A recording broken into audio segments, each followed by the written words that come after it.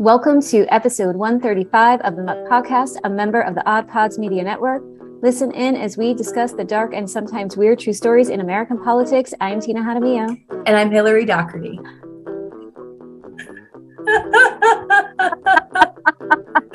What are we doing? What are we doing? I don't know. We're broken.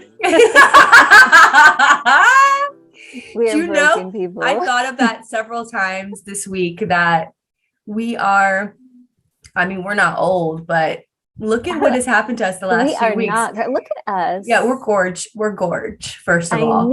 Second of all, we had an Odd Pods meeting this week, and you weren't there when I was the first one to say, hey, what's going on with our podcast? And I was like, we've been kind of wonky lately. We recorded those 2 episodes so I could go to Boston. So we kind of felt like out of the loop there. Then we finally get back to record one. And then Tina gets sick, so we put a classic episode up. And then we come back to record another one. Oh my God. And now I have COVID. So wonderful. I gotta tell you, I was one of those, I don't have I've never had COVID. I'm walking around like I've never had COVID. I'm so great. But yeah, I gotta tell you, I think it was roller skating. Oh, because I was at quite a few places the week before without a mask.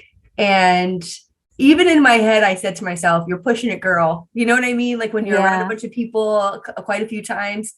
And I went to skating by myself. Chelsea wasn't there that week. So then I went to the Dolphins Mixer on Friday.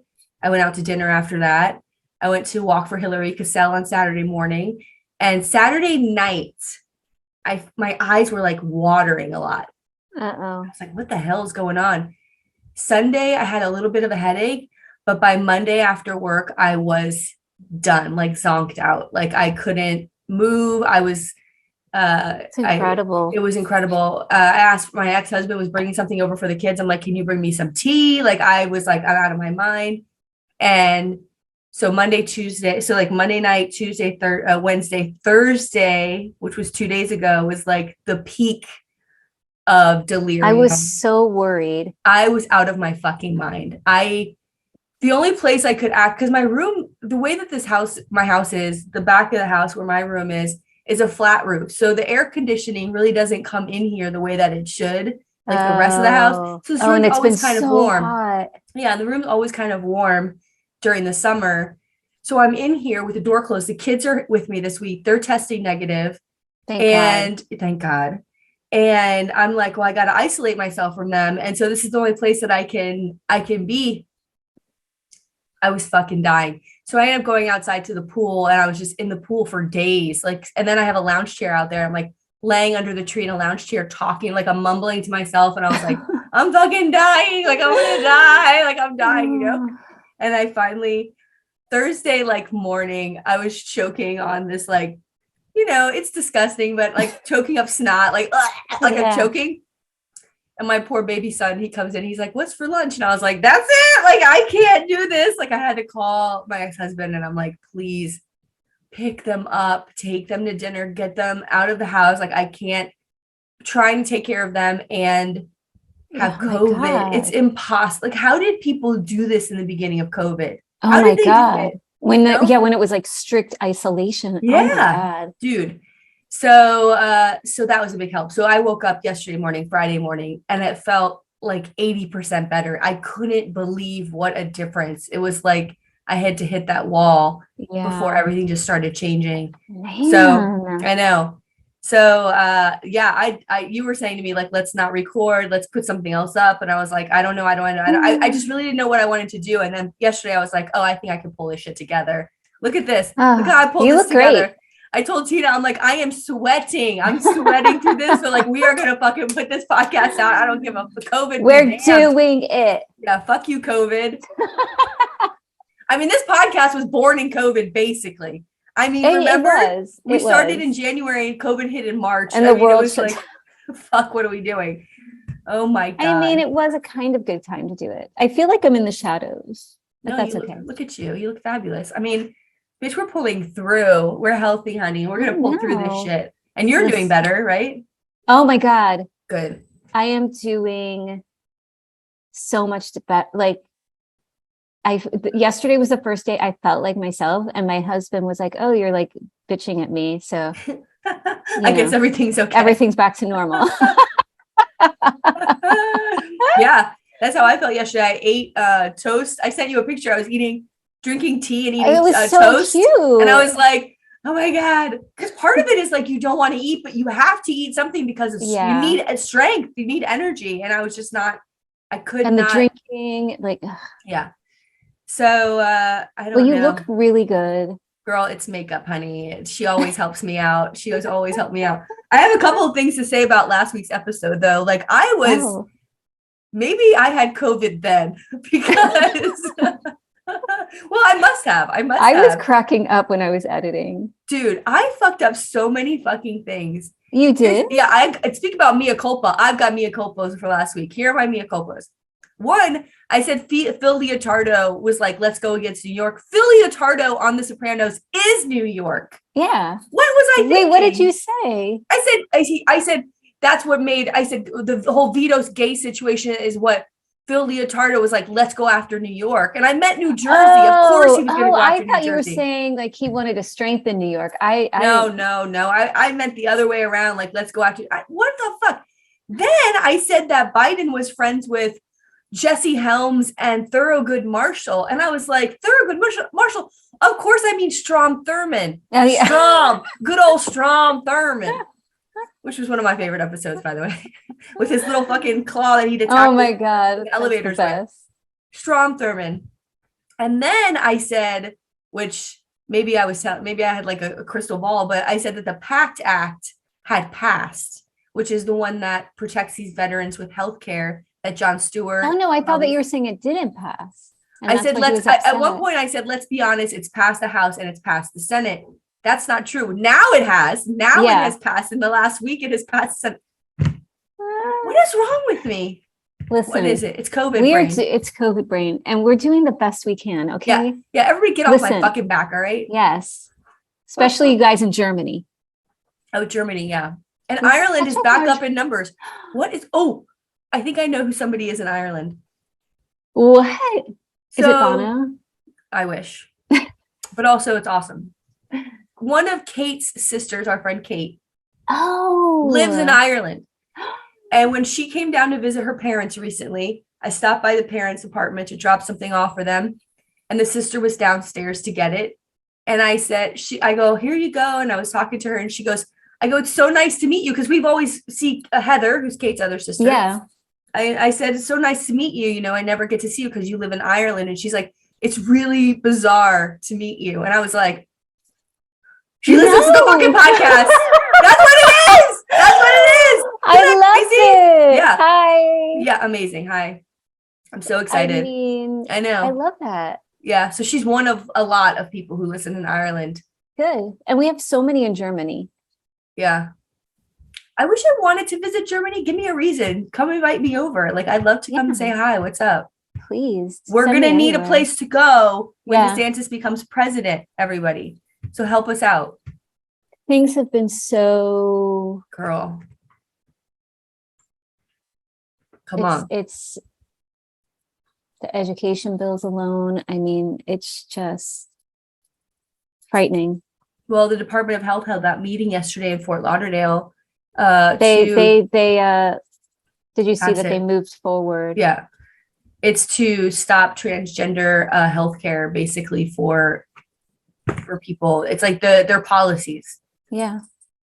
And a ton of activists, a lot of people that we know were there at the meeting trying to give attention. A lot of lawmakers from around the state came down. I saw Anna Eskamani was there trying to draw attention to this, and they don't give a fuck. They don't care. And even some of the people who were speaking at the meeting to try to give their comments, they didn't care. This is a death sentence for people. If people aren't allowed to get the health care they need, the gender affirming care that they need, it's they will commit suicide. Like you're sentencing people to death. What's the point in that? I don't understand why would you want to do that? It's control. And you know what? it's really like they I don't even think they care. It's just, again, for him to get elected, like there's no, people don't care about this. Mm-mm. People don't care about this. It's really upsetting. And my husband and I were talking, and I was like, is it time to like seriously consider leaving the state? Well, also because we don't know when one of those things is going to affect us, right? Let's say it's not transgender. Let's say it's something else. Let's say it is abortion. Let's say it's gay rights. Let's say like whatever it is. One of these things eventually is going to affect us, all of us. And so why aren't we standing up for everybody? It's unbelievable. Well, we are trying to stand up, and it feels like it's going nowhere. It's not enough people. But Kansas, let's talk about Kansas, girl. That was freaking amazing. That was amazing. But it's big. I mean, it also shouldn't be a surprise. We know the majority of Americans are pro-abortion. They're for legal, keeping abortion legal. And the fact that it was Kansas, it's a red state, it's in the middle of the country, should really be a red flag to these fucking Republicans that this is not an issue you should be fucking with. It is not an issue you should be fucking with. And I did retweet something that I thought was really, really interesting that I think we should all try to focus on, especially here in Florida. And it's, let's look at the ads that they were running in Kansas. And it was, some of them mentioned abortion, some of them didn't. Some of them were like doctors saying, hey, this is your private situation, or people saying this is something they should, about privacy, about making your own healthcare decisions, about the government staying out of your doctor's office. Like, it is really about focusing on that issue to get all the other side to vote in the same way. So I love they saying have to abortion, do like but what we should they also did for in Florida for the returning citizens bill. Yeah. Where they had, it was like vetted, where they did like sample phone calls and like what was the best wording that would appeal to all people. What are words that like don't appeal to people, and doing those like research groups, whatever they call them, like to test out the messaging. Yeah. That's what needs to be done. Like they really need to sit down and think of what is the best way to frame things that will get through to an independent or a Republican. Yeah. That's the only way that we can win. And I think the privacy thing is a huge thing, because absolutely, like the people don't want government in their business. So who does? I mean, it's so fucking true. And that's a big part of being a Republican is small government. Right. Keep the government out of your private life. Keep the government out of your bedroom. Meanwhile, this Republican Party, I don't understand. I don't get it. No sex ed. Like it's just, girl, it's ridiculous. Yeah. One day we'll get it all back. I don't know when though. Well, maybe Nikki can win. Hi. Ugh. I would love that. Fucking DeSantis. Well, are you ready? Yes. Okay, I'm first. Now listen. This story is so silly, but good. I thought it was a good story. And I think that, I mean, there's one aspect that's kind of political, but I don't know. Who cares? We can do what we want, okay? You always say our that. Show. All right, let me open this up a little bit. Here we go. Okay, I'm going to talk about the Cherry Sisters. Have you ever heard of the Cherry Sisters? No. Okay. Have I? I don't know. I love the name already. Okay, listen, I've been watching. It feels very 1950s. I've been watching a lot of Drunk History, the Comedy Central show. I love that show. Oh my God. What's her face was on that, Georgia Hardstark. Oh, that's right. Yeah. She did an episode. I love it. And I get a lot of, I get some good stories off of there. So this is from Drunk History. And okay, so the Cherry Sisters were the daughters of Thomas and Laura Cherry. The family was composed of 8 children: Ella, Elizabeth, Addie, Effie, Jesse, and their brother Nathan, and 2 additional siblings who died at young ages. Ella, the oldest, was born in the early 1850s in Massachusetts. Oh my God. But the remainder of the children were born in Iowa and were raised on a farm in Lynn County. I mean, not for nothing. Mm-hmm. You have a farm. Okay, you need 8 kids, maybe. You got to get some people to work on that farm. But I mean, is this not a great reason for birth control? Hello. You're pushing 8 babies out of your body. Jesus. How do you I wonder even? if there's ever a discussion from the woman like, listen, I want to hump I too, can't. but I cannot have another baby in me. Like, is Yeah. there ever a time where she's like, ixnay, I can't do it? I don't know. Or is that not allowed? I mean, that alone would be like, get away from me. I know. I'd be Ugh. hiding from that motherfucker. Maybe I'd sleep in a tent in the backyard. I don't know. So the Cherry Sisters vaudeville act. They were a vaudeville act. Oh, Yes. It was formed in the early 1890s after the death of their parents and the disappearance of their older brother, Nathan. So the brother is the only brother. He fucking takes off. He's like, peace out. he's bitches. like, I'm not working this farm. Yeah, bye. Bye. Yeah. So originally all 5 sisters were involved in the act. However, the eldest, Ella, retired from the stage before 1896, leaving her siblings to continue the act as a quartet. So Addie Cherry described the Cherry Sisters' work as, quote, concerts and literary entertainments, end quote. Oh, this sounds right up my alley. Oh, you're going to love it. So it was titled Something Good, Something Sad. It's like the theater, that's like the mass, the theater mass. Yeah. Their show featured songs, dances, skits, morality plays, and essays authored and performed by the sisters. Some of their songs. They wrote their own stuff? Honey. This is amazing. Look at them. It's amazing. Some of their songs featured new lyrics set to traditional standards. Others were completely original compositions. And musical accompaniment was provided for some numbers by Elizabeth and Jesse, who played piano and the bass drum. The material had strong patriotic and religious themes.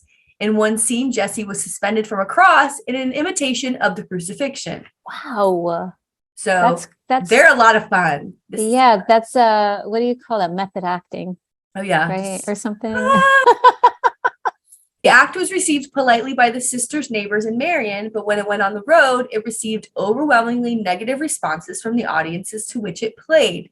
Spectators routinely laughed, heckled, catcalled, booed, and threw vegetables at the sisters throughout their entire performance. I love that. They're like throwing tomatoes. Yeah. In several instances, the audience violence reached dangerous proportions. In one incident in Dubuque, a fire extinguisher was sprayed directly into one of the sisters' faces. No. And the show was stopped by the local marshals to prevent further harm. So it's like a really bad show. It's really, really bad. Like nobody likes it. They can't sing. It's terrible. It's not funny. And so they're going in front of these audiences and they're like putting the show on. And they think that they're good because they did it in their little small town. Yes. People And everybody's like, okay, good for you. Girls, yeah. poor girls. And now they're trying to make money. Yeah. Eventually, the sisters performed behind a wire mesh curtain to avoid being struck. Why did they keep performing? They had no other way to make money. Who's buying tickets? They're buying tickets just to throw tomatoes at them. Like, well, I think it's part of like a show. So like they perform and then somebody else performs, right? So maybe they're there to see the other person, but then this first act comes on and they're like, people are like, what the fuck? Who's hiring them? Like, who's like, wait a minute. These girls keep getting tomatoes thrown at them. Yeah. Let's hire them. Yeah. Well, maybe it's part of the thing. Maybe people like to throw the tomato. I think eventually it becomes a thing where they're just like, let's put the worst show on ever. That's what they're known as, being like the worst vaudeville act ever in history. Wow. Yeah. Eventually, at least they're remembered for something. That's true.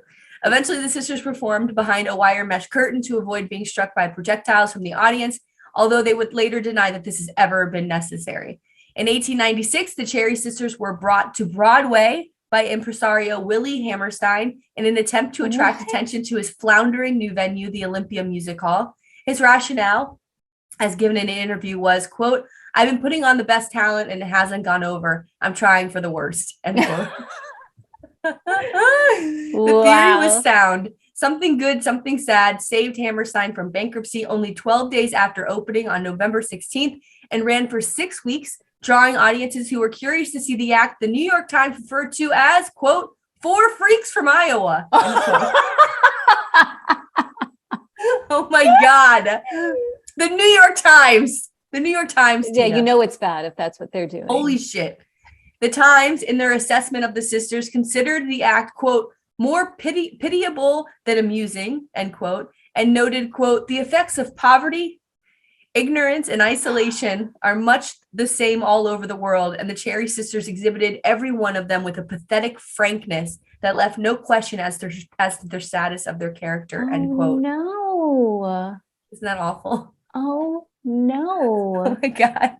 Oh my God. That is so funny. The sisters were known for their rigid moral standpoints, both on stage and off.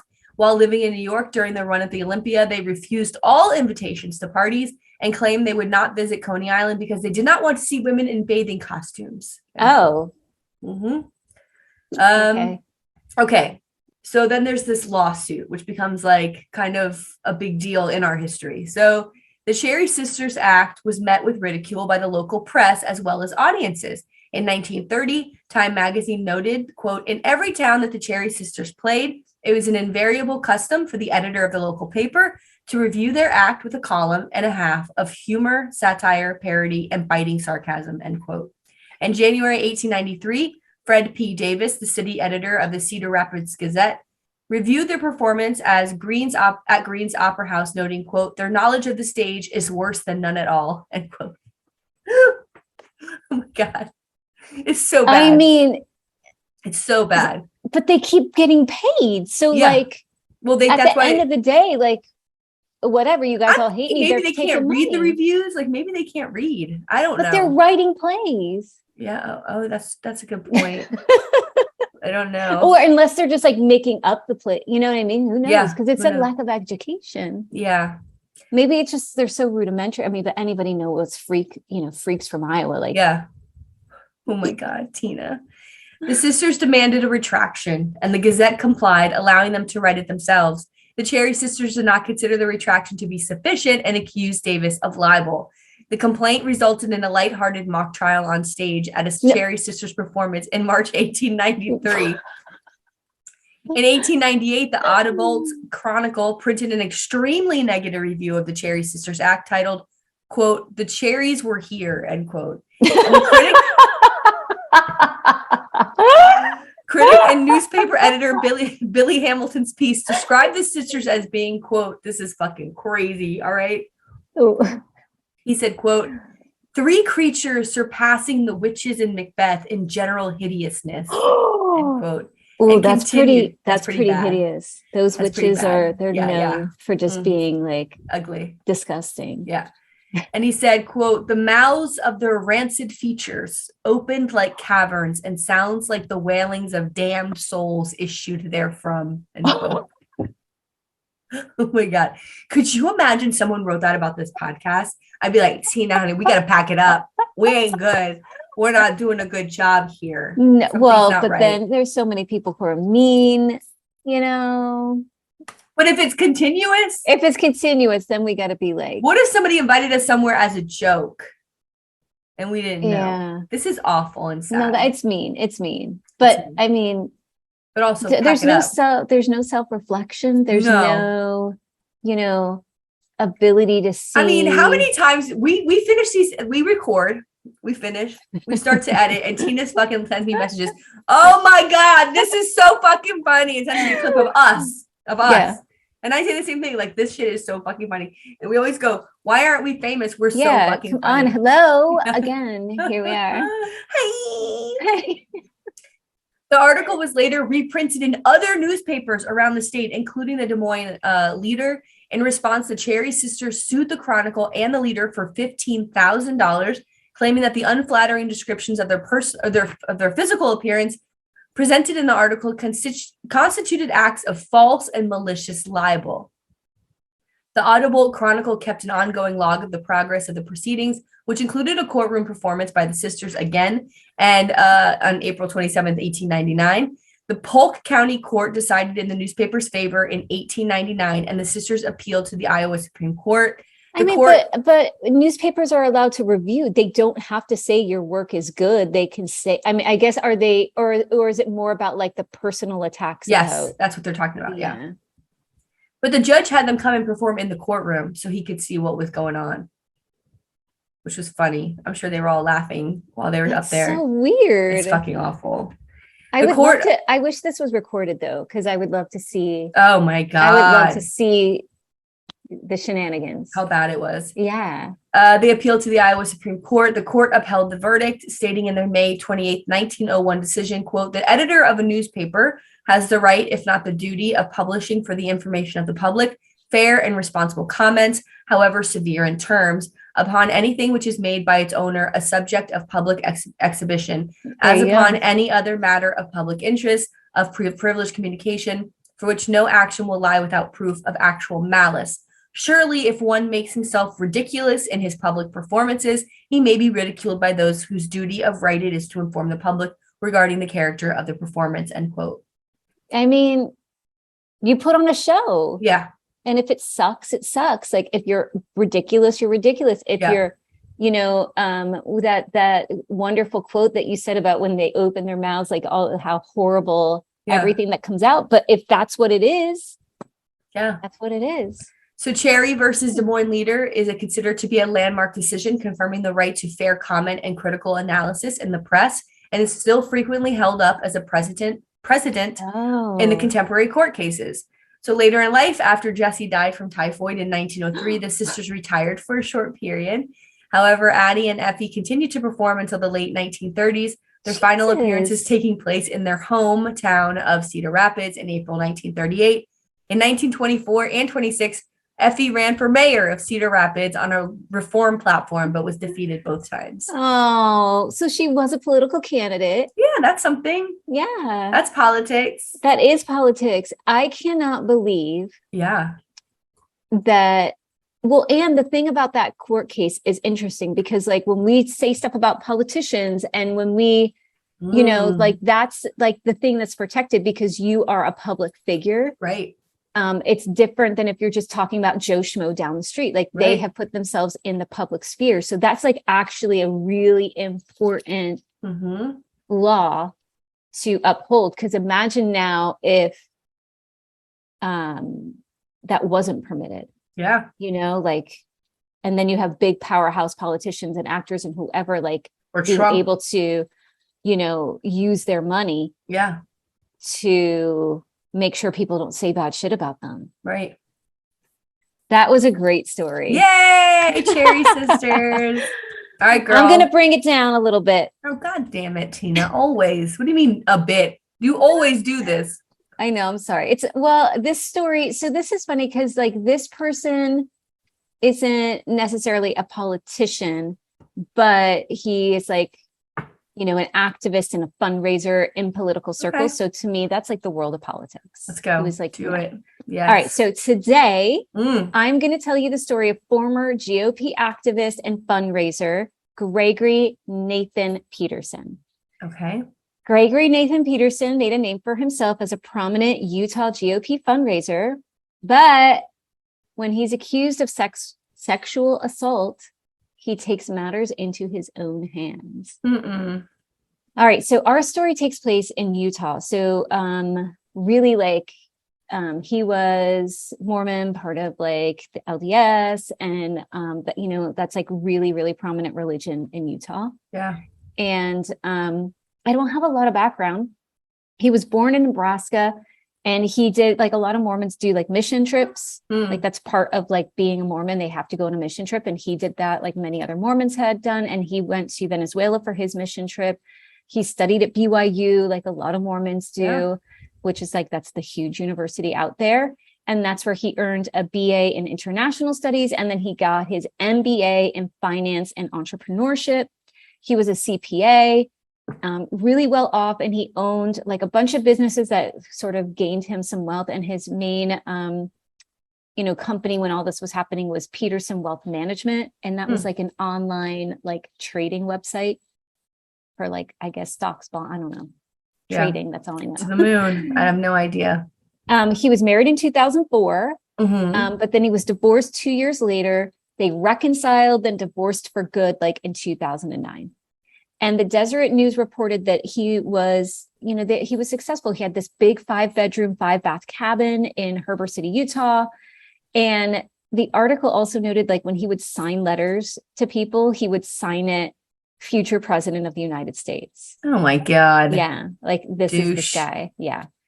And it seemed like a really far cry from his Nebraska upbringing where a former classmate told the Deseret News that Peterson used to wear like hand-me-down clothes and his family didn't have much money. And then he gets all this success and he's sort of living like, this successful businessman lifestyle in Utah.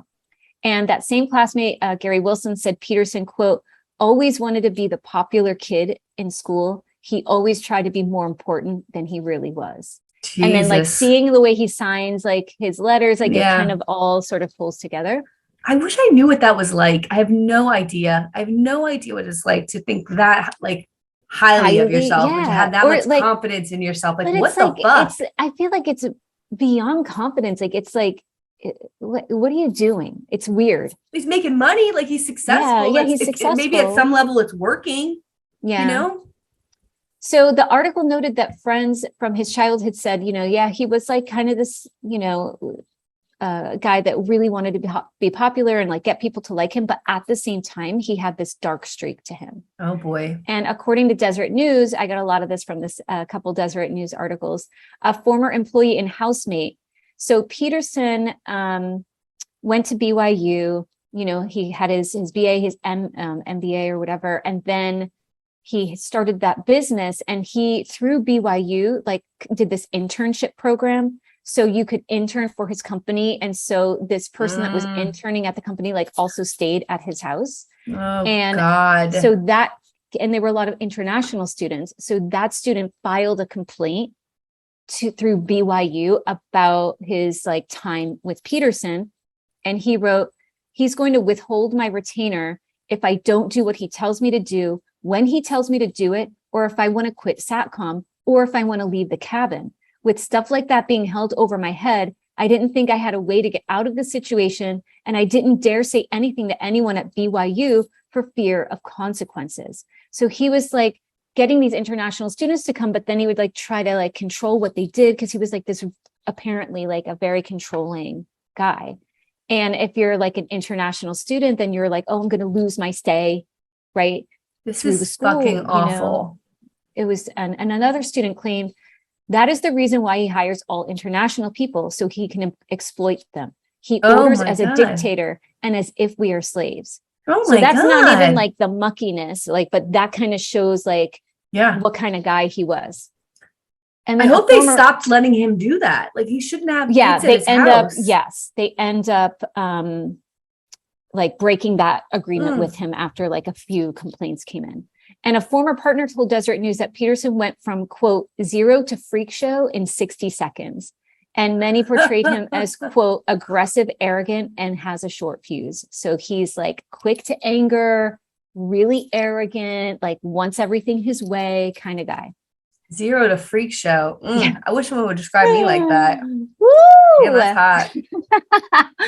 So he was also, so the political connection is he was known in Utah Republican circles as like this big time fundraiser. And in 2010, he was like the co-chair of this organization of the Rocky Mountain Conservatives Convention and Barbecue. And this was like this annual event that happened. And he referred to it as, quote, the CPAC of the West. Like it's the big fundraiser and it happened at his home. And like, he's schmoozing, like there's pictures of him with all these people. He hosted several politicians like Orrin Hatch, Gary Herbert, Jason Chavez, Mia Love, and more. The Salt Lake Tribune also said that Peterson considered himself, quote, a close and personal friend of the Romney family. And for about 3 years prior to the allegations, he was doing all of these fundraiser events.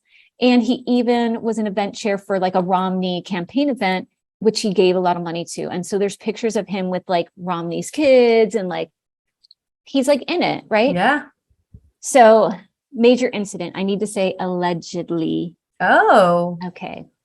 Because there never ends up being a trial. So from several accounts that I read, Peterson allegedly met women on Mormon dating sites. And one site was LDS Singles.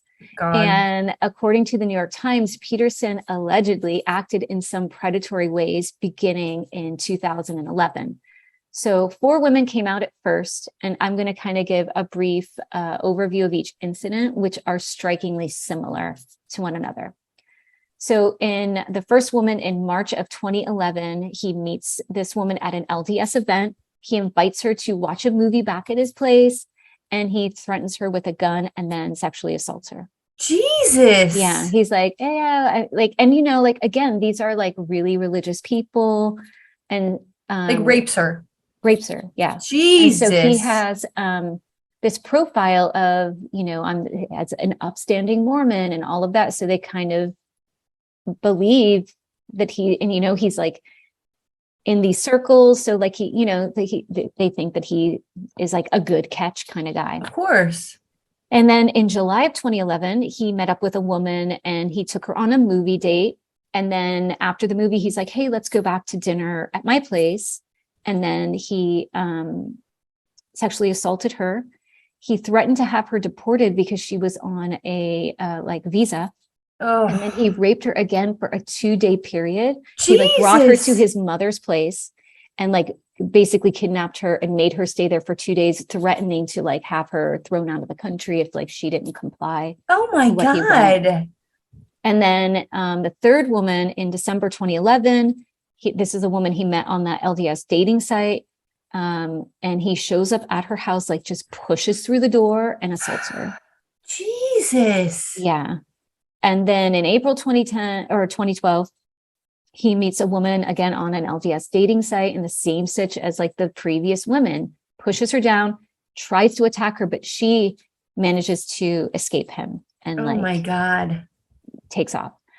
Another woman came forward, but she was not included at first because there was a lack of evidence. And then in August of 2012, another woman comes forward and she has a story from 2010. So like prior to even that first one. And the Salt Lake Tribune reported that she claimed that he took her to his place for lunch and then said like, let's go to a movie.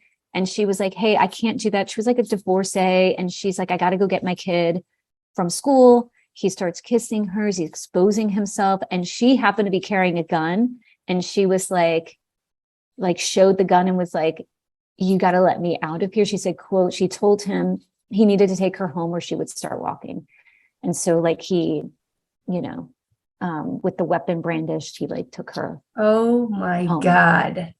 So New York Daily News, not the best reputable source here, but other sources confirm this. The source said that 2 of the victims said that he would make them watch Big Love on HBO. Do you remember that show? I fucking loved that show. I so good. Bill but Paxton. He would make them watch Big Love and ask them if they wanted to be one of his wives, and then would assault them. Ew. And one of the women testified that he said, quote, tell me you'd be my wife. Tell me you'd want to be my wife. Tell me you'd want to be one of my wives. So his fucking, this is so weird. His kink.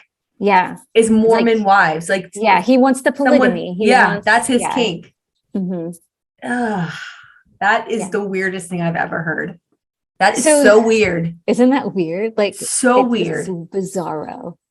So still more women come forward, but the Wasatch County attorney, Scott Sweat, said, quote, we're not willing to rule out further charges, but we're not ready to proceed on anything else yet at this time. So they're like, we're kind of going to handle like what we have right now. And then I guess, oh my God, what happens. So the charges, according to multiple sources, he faced 23 felony charges of various counts, 7 counts of object rape, 3 counts of rape, 2 counts aggravated kidnapping, 1 count forcible sexual abuse, 9 counts of forcible sexual abuse, 1 count third-degree burglary, 1 count assault, and 1 count sexual battery. He was placed, so I saw in various accounts, a lot of them said $750,000 bail, and then I saw one article that said it was a $2 million bail. So I'm not sure which one it ended up being, but he was placed on this really high bail, and he was released and had to enter a plea by August of 2012. His lawyer, Cara Tangaro, said at the time, quote, our client is maintaining that nothing illegal has happened. But the New York Times reported that the county attorney, basically, like when the first woman came forward, they didn't put any charges because they're like, this is sort of like a he said, she said situation. There's like one person, he's this prominent guy. And like So he stated, quote, "These are difficult crimes to put together and difficult crimes to prosecute. When you look at them in isolation, sometimes you have nothing more than allegations of one person against another person." So, and it's hard too, because a lot of times they go unreported. But then when more women came forward and they're like, here's a pattern, they were then able to like take the ones that showed this similar pattern to put it together as now we have a case that we can put against him. Okay. So that's how they did it. It demonstrated that pattern of behavior. Yeah. And Salt Lake City prosecutor Joseph Hill told the judge in the case, quote, "He's shown a complete lack of ability to control his sexual urges." So, wow. Sentencing, court case, nothing ends up happening. So I'm going to give a little trigger warning here. Unfortunately, while out on bail, they lost contact with Peterson's ankle monitor. What? So, yeah. So 2 bail bondsmen are like, we got to go head to the cabin. And they find him dead. And he had committed suicide in his place. He was found with a self-inflicted gunshot wound to the head, and he left behind a note. So the note basically said that this was all conspiracy against him. Oh, of course. And Rotten that it hell, was, bitch. Rotten and that hell. it was, quote, a case about regret, not rape. And he also wrote, quote, "You have the blood of an innocent man on your hands." What a fucking prick. Yeah. What a prick. So basically trying to have the last word as if he's the fucking victim here. Yeah. And the thing that's interesting because of the whole like Mormon piece of this, he believed that like the maker, you know, like that he would be better off in heaven with the maker, like, and he knows like that he's innocent and he will not be condemned like by a judge, right? Like he'll just, you know, take this route. So some points of interest, because there wasn't any trial, but again, like we're saying allegedly here, but the DA's office said they were moving forward because they felt like there was enough evidence and testimony against him. Like they had it. And another thing that I found interesting is the place where he ended his life. Like that's where he would take the women, is that cabin where we'd had his fundraisers and all that, like is where he did that. And of course, one of the favorite things of this is when that scandal and the charges hit, the Republican chairman of Utah at the time, Thomas Wright, said that Peterson never held any leadership role. And there's all these pictures of him schmoozing with the Utah GOP. Like folks knew him. He was at a co-event chair. He was a co-chair on the Romney thing. He was definitely involved, but all these articles are saying like politicians were like, what, who? I don't know him. Who's that guy? Even Mitt Romney was like, oh no, I don't know him. There's pictures of him with like Romney's kids. And he's like, yeah, I don't know this guy. Wow. So they're like, bye. Oh my God. Another thing I found politics interesting. Is rough, dude. It's rough. Yeah. They don't care. Mm-hmm. But another thing I found interesting from East Idaho News was that this guy, Brendan Beckman, who used to work for Peterson, said that he warned politicians prior to all this stuff coming out, warned politicians to stay away from Peterson because there were rumors swirling around about him and his, quote, improper conduct. Months before, they're like, you know, get away. And another conservative activist, Darcy Van Orden, said, quote, "I believe in innocent until proven guilty, but having talked to several people and heard a lot of allegations about this for basically like 6 months, I was kind of waiting to see how this thing played itself out." Like, so they knew, like people were talking, like we've seen this in other stories where like, you know, like we covered the one story where they're like, don't ever stay alone in the room with him. Like people know. Oh my God. And here's poor women. Something kind of funny. His online profile name was "Odds Are Good, but Goods Are Odd." And he noted that he attended church regularly, and he wrote, quote, "I have open heart to all situations and circumstances, so long as you want to have a family and bring that family back to God." So like, that's part of that whole manipulation of like, I'm this upstanding LDS, you know. Yeah, and if a woman reads that, he wants to have a family, he wants to be married, and then she gets there and he's raping her. Yeah. What a fucking monster. So the other thing that I thought was a little shocking is that in his suicide note, he asked his family and supporters to file a wrongful death suit to, quote, fully expose this tragic and motivated murder. So he looked at this as like, you guys are murdering me. Like, even though he took his own life. He's a sociopath. Like, yeah. So yeah, he saw it as like the state, the media, these women like forcing nothing's his fault. Yeah, nothing is his fault. Even taking his own life, it's not on him. Can you imagine? Yeah. And the most lunatic. And the most interesting little tidbit was that Peterson's father, his own father, was in jail from 2000 for assaulting a child. He was up for appeal in 2014. I don't know if that went through. If it didn't go through, he would be in jail to December 2024. So who knows like what was going on there? What was going on, dang. You know? So that's the story of the alleged Tina assaulter, fundraiser, GOP golden boy, Greg Peterson. Wow. Good one. When you said there wasn't any trial, I thought maybe they couldn't get the evidence or whatever. I did not see that coming. Yeah, I didn't either. Like when I saw it, I was like, oh, it's terrible. But, but the letter, so the letter is 3 or 4 pages long, handwritten. Oh my God. And I have it in our source notes, and I have for like one of our pictures this week is one of them. But like, I mean, he talks about like the woman with the visa. He's like, it's just, she wanted her green card kind of thing. Like, yeah. Something wrong with this guy. Yeah. Jesus. Yeah. He's awful. So what are you going to be up to the next couple of days? Just you're looking at it. Although it's going to be on my bed, which is right there like this. Aww. It's hard to fall asleep at night, but once I fall asleep, I'm out. I am out. I cannot. Oh, that's nice. Yeah. It was hard to get up this morning. And then I was like racing to get everything up and ready. And I was like sweating. And I came onto the Zoom and I was like, girl, I'm sweaty. I'm like, I can't do it. I'm so sweaty. But I feel like we did good here. Yeah. Right? Yeah. Summer is over. So next week I'll be. Oh, yeah. Oh, back at school. Vacay. Oh, I'm going to hit a reset. Yeah. Oh my! I want to be on forever vacay. Oh, does that sound so nice? How do we make that happen? That's what I'm saying. And we say this all the time, but with these damn politicians who are 80 years old, it's like, don't you want to just do nothing? I know. It's ridiculous. Oh, I watched The Bear. That's something I want to talk about. I finally binged The Bear. Tina, what a fucking show. Oh, what it's beautiful. It's so beautiful. It's I'm going to watch it again. Yeah. I'm going to watch it again too, because I loved it. And I want to I want to get all the things that like I may have missed, the first go round. So good. So fucking good. And that guy, Jeremy, I think it's Jeremy Allen White.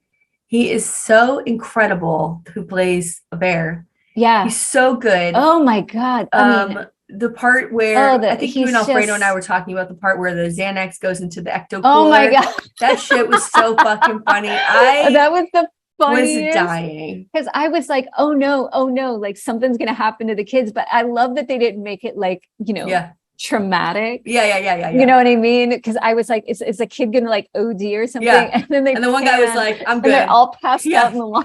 He's like, and I'm like, I'm good. I'm good. Oh, it's like, God. Really, this is not a bad idea for a kid. Get him knocked out. Yeah. It was so good. He is such a great actor. It's such a complicated family and complicated group of people. And, oh my God. And at the end, like the letter. Yes. Yeah.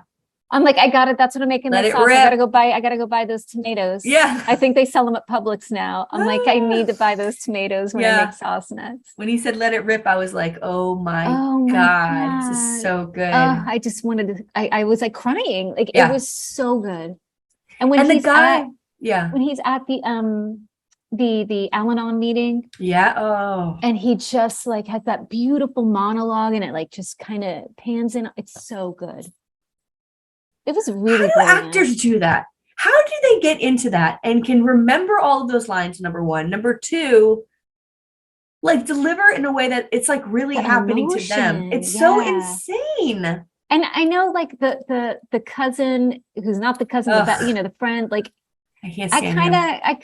I mean, you know the type of guy he is. Like he's just a jerk. Yeah. You know? Yeah. But he was really suffering. I mean, I think he really, really suffered this loss. Yeah. And I can imagine like this is like your show, like you and your bestie, and like now this other person's come in, like it's the guy who played the brother who died, he's John such a good actor. Oh, he's in one scene and I'm like, oh, but he's damn beautiful. it, he's so fucking good in that scene. Yeah. So good. And I love the guy who does the donuts. Like, I just so good. They're everyone in the show.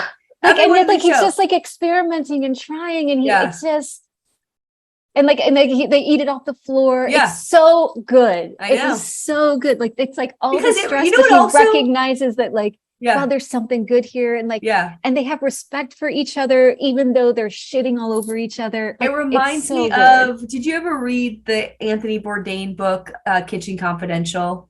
No. Your husband kind of reminds me of Anthony Bourdain too. Oh, really? Yeah. There's a similarity there. There's a similarity in the look. But the Anthony Bourdain book, it's the same thing. There's a love of this like this manic shit that happens in a kitchen that bonds people together. Yeah. And this craziness, but also this love of like creating something that is good and like fulfilling and nourishing, but also like tastes amazing and just but it's like a fight. You're like at war in that kitchen. And the thing like for Sid, who is just in awe of the bear, her talk when she's talking about how like she spent 6 months like just like prepping one thing, and when he's having those nightmares of like everything's got to be perfect and the chef coming in, like it's that high level intensity, like you don't realize it. But I can't wait to see like what the new place is, and I can't wait to. I'm excited. Oh, and when they're like when he opens up that can, I because I wasn't expecting it. I thought he was just gonna like because remember in the beginning it's like why is he buying the small cans? Like, yeah. And then it circles back to that, and then like I was not expecting that. Me neither. At all. At all. Like I was like, it was so good. I cried. I was like crying through the whole show. Yeah. So good. Show. It's such a great show. And it's such a love letter to the city of Chicago. Like when the cousin was out there yelling at those nerds who were lining up for the tournament.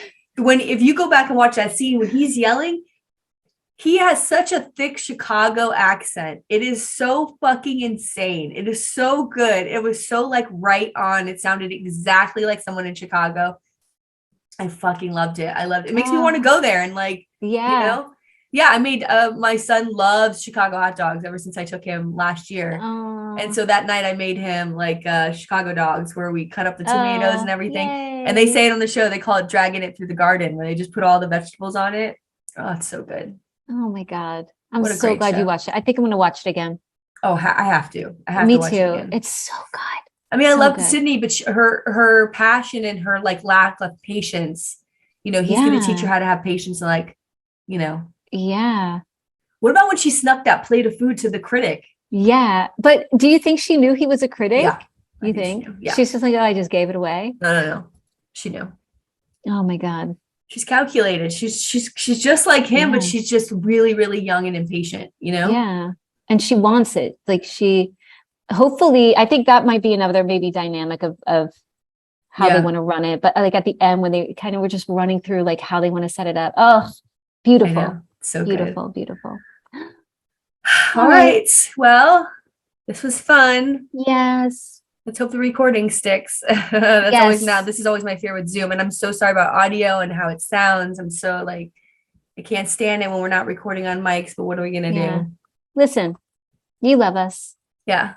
Tune in next week. We'll be better. I promise. I won't sound like this and I won't have COVID, hopefully. All right. See you next week. All right. Bye. Bye.